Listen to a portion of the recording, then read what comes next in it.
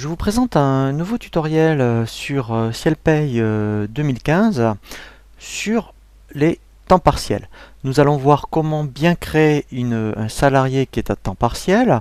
Nous verrons également tout ce qu'il faut bien faire par rapport à la DADSU aujourd'hui, mais on va déjà commencer à vous parler un petit peu de la DSN, puisque par rapport, je dirais, à tout ce qu'il faut faire sur la fiche salarié, que ce soit la DADSU ou la DSN, c'est le même principe. Donc, vous pouvez déjà anticiper pour 2016.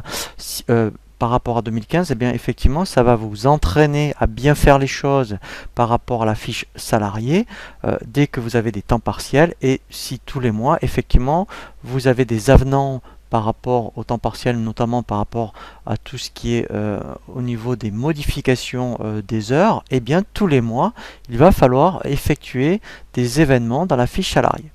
Nous verrons également la réalisation du bulletin de paye. Donc on va vraiment voir comment se présente un bulletin de paye d'un temps partiel. Nous ferons exprès également de faire un bulletin de paye d'un temps partiel qui est largement au-dessus du plafond sécurité sociale, pour voir justement par rapport aux tranches B comment ça se passe pour un temps partiel, et notamment sur un prochain tutoriel sur la régularisation des tranches, effectivement, puisque vous verrez que lorsqu'on va faire un bulletin qui dépasse largement le plafond sécu, eh bien il ne va pas déclencher de la tranche B dans un premier temps, il la déclenchera un peu plus tard par rapport au cumul.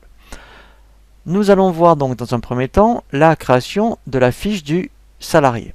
Donc ici, je vais dans salarié. Alors, je vous invite vraiment à voir le tutoriel sur la fiche salarié, pas par rapport à la création d'une fiche, mais éventuellement par rapport à tous les documents administratifs que vous pouvez réaliser en même temps que vous créez un salarié. Là, l'objectif, c'est de voir sur une fiche salarié ce qui est spécifique à un temps partiel. Donc là, je vais faire créer. Je vais mettre temps partiel.